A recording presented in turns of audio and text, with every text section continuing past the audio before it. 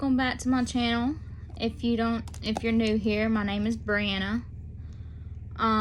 If you didn't see my first video I posted Monday, feel free to look at that one as well. I told y'all I was going to do a anxiety video on everything that I have been through with it and all that. And of course I have my notes again. So alright, let's get started. How did I know there was something wrong with me? I always thought there was something. It's just I didn't know what it was. Like in school, I would just doze off, like be in my own little world, and couldn't figure out why I was doing it. I was like always staring at people, and people were like, "What are you staring at?" And stuff like that. And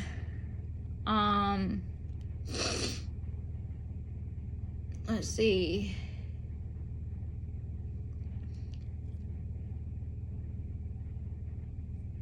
Things will just get to me more than most people would. Like someone could just sit there and say something to me and it would just literally make me cry. I am a very, very sensitive person. So you sit there and you basically just call me anything you can think of. And if I think that's offensive, then I will sit there and cry. So, I mean, stuff like that. And I always had trouble in school. I dropped out in the 10th grade because of bullying, because of the things I was doing. Didn't realize that I was doing it, and people bullied me for it. So I dropped out in 10th grade. I told my mama I did not want to go anymore. So she told me I am 17, and when you're 17, you don't have to have a parent's permission to drop out of school. So we went to the school the next day and I dropped out. I kind of regret it now, but by the time I had reasons, it was hard for me to keep up. I was back and forth from school to school. One was ahead, one was behind, and it was just a lot for me to take. And that's how I kind of figured out something was wrong with me, and it never really went away. And over the years, when I dropped out and when I was 17, it kind of slowed down a little bit. I wasn't stressed out, and nothing was really triggering me or anything like that. So I didn't really think nothing about it. And then when I hit my like 19, 20 era, it hit me bad. I was having horrible like night terrors. I was having attacks really bad. Didn't know what was wrong with me. I thought I was dying. Stuff like that. And my mom, my stepdad, my mom, my dad, my stepdad, and everybody in my life was like, "Look, Brandon, you need to go get help. You need to figure out what's wrong with you, because it could lead to suicide." And I was like, I don't believe in, I don't want to kill myself. But it was almost to the point where it was, and I did not want that. So I went to the doctor and I was explaining everything, and this is where it comes when I found out. I was about 20 years old when I got diagnosed with it. So I went to the doctor. I'm telling her everything that, and she's like, "I could tell you right now what it is." I said, "Really?" She said, "Yes, I could tell you exactly what it is." I said, "What is it?" She goes, "It's anxiety." And I said, "Really?" And she said, "Yeah. All the things you are telling me, what you go through, you are having anxiety attacks. People have anxiety attacks different from other people. Some people feel like they're dying. I have had those sometimes though, But some people, you know, they just stare in a blank space, like in their own little world. It's just different things that people go through. So that's when I found out. I was 20 years old. And she put me on one medicine that was not helping. She told me to try it for a week or a week and a half and see if it worked. It didn't.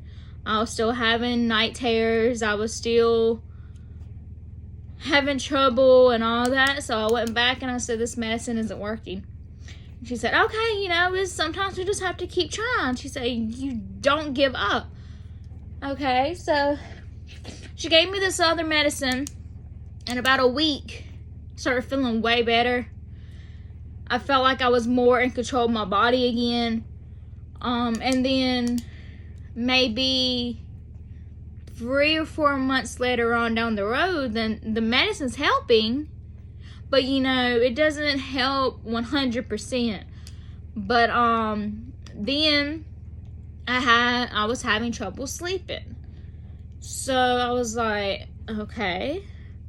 So I went back to her, and she said sometimes some of the anxiety medicine we prescribe you causes insomnia.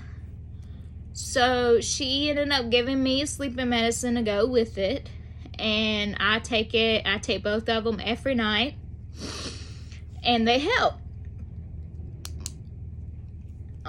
So that's when I found out. So it's good now.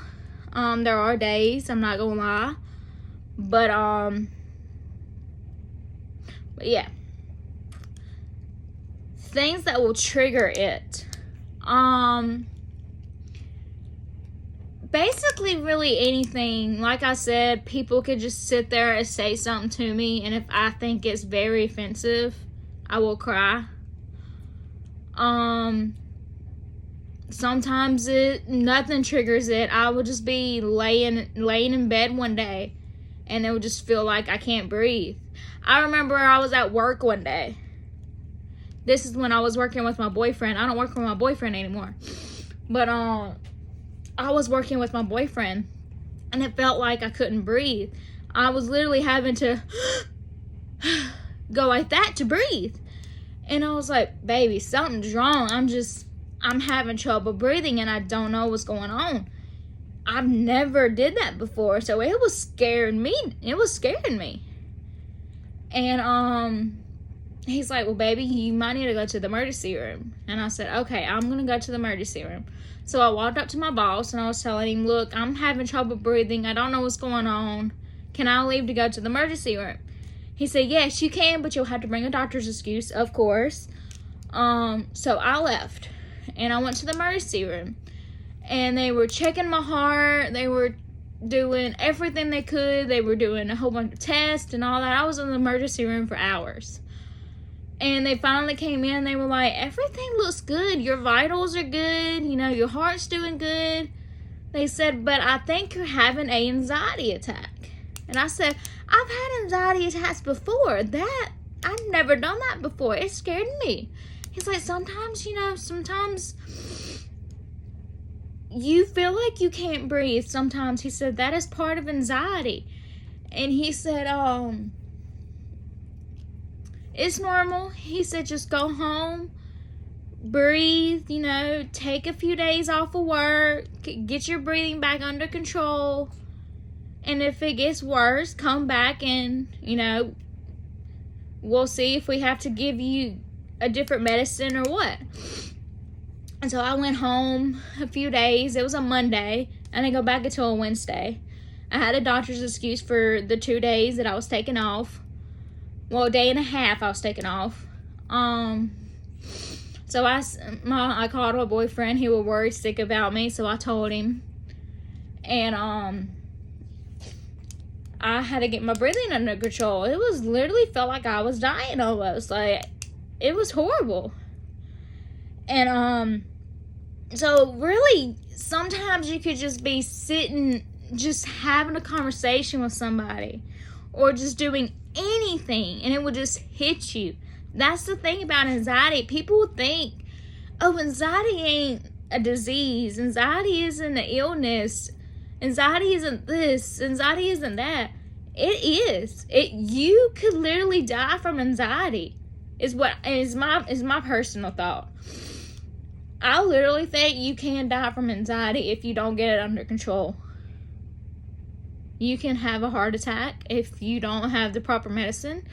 You could have a stroke. You could basically anything. So I think you really could die from anxiety if you don't get it under control.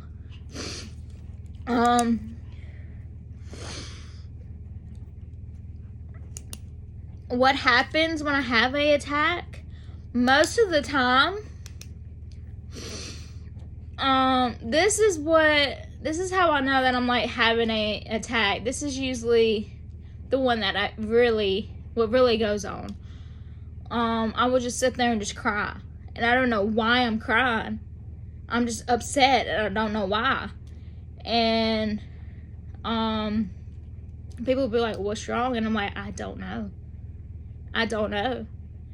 And sometimes it makes me sick. I have thrown up days and days because of it.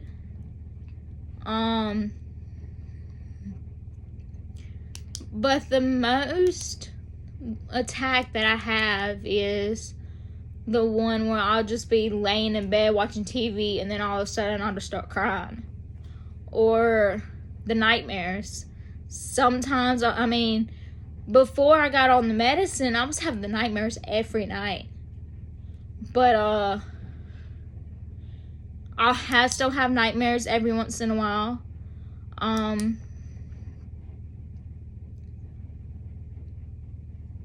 I'll start shaking. Don't know why I'm shaking.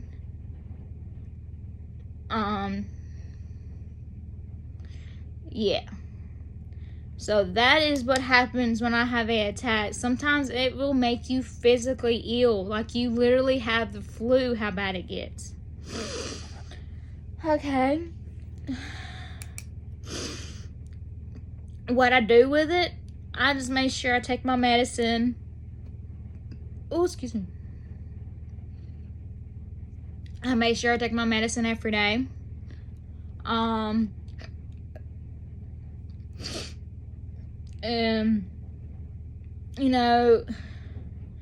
Try to do stuff every day to keep my mind occupied, like work and all that. And when I get home, I either clean or watch TV, try to keep my mind off of it. Days off, I try to go to town, do something, or just watch TV. Things like that.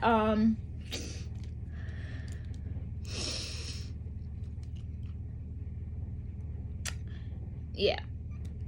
It's just, I just try to keep my mind off of it. The more I keep my mind off of it, the less I think about it, the less it happens. Things I have learned from it, everyone goes through some. They won't admit it, but someone always has something wrong with them. Even if it's some kind of disease or some kind of illness, or they just, whatever,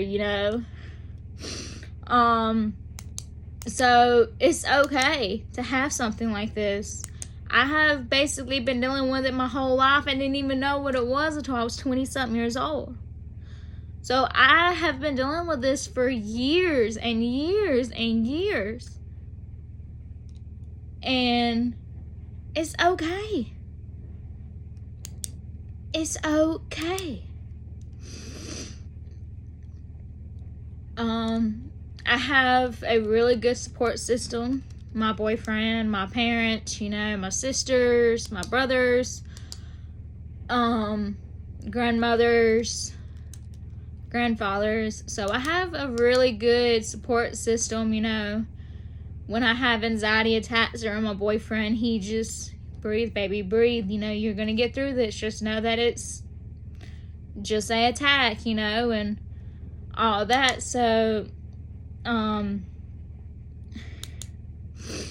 yeah.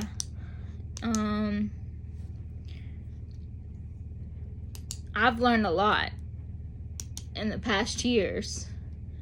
I mean, I'm still looking up stuff that I didn't even think was that anxiety could do to you. Like, I'm finding more and more symptoms of it now when I'm older. I'm 27, about to be 28 in 2 months. And I still don't have this anxiety thing down. I don't think no one really does. But yeah, I'm finding more and more out every day. And more ways to cope with it. Like I said, I have my family and all them, and without them, I probably wouldn't even be here. I told my doctor, I was like, look, I haven't had suicide thoughts, but I said if I don't get help now, I'm scared I will. She's like, I completely agree, because I was almost to the point when I thought killing myself, no one cared about me, was the solution. And no one should feel that way. No one. If you have an illness,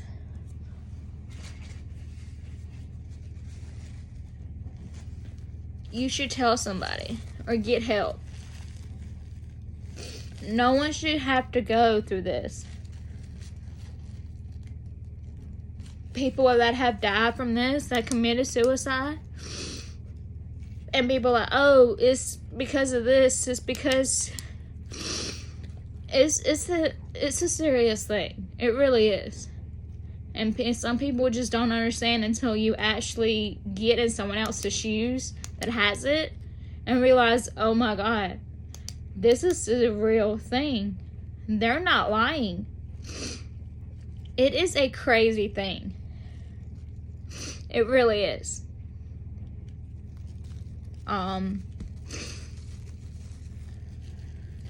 Sorry, y'all.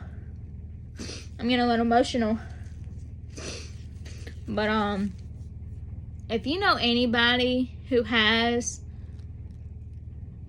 panic attacks or anxiety attacks, don't think they're faking it, because they're not. It's a serious thing. And it literally feels like an elephant is sitting on your chest sometimes. And you just can't get it off of you, no matter what you do. No matter how much you breathe, how much you just sit there and pray, or anything. It is a serious thing. And, I mean, people deal with this every day around the world. So, just know, it's serious. And people are dying from it every day. And I am one of those people who got help when I needed help. If I would have known there was something wrong with me earlier, and it wasn't just because I was just having trouble in school, I would have had help way before then. If it wouldn't have gotten worse when I was in my 20s, I wouldn't have gotten help, which means I probably wouldn't even be here today. But yeah, I basically covered everything. But yeah, you guys, just remember, anxiety is not something to play with. Do not mess with people's emotions, knowing that you know that they could be triggered by something like this. It is horrible to go through. So, I mean,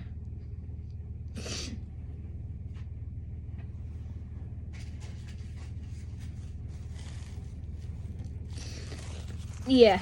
Well, I hope y'all like this video. I don't know what my next video is going to be, but I will see y'all next week. If y'all like what y'all saw, please like and subscribe.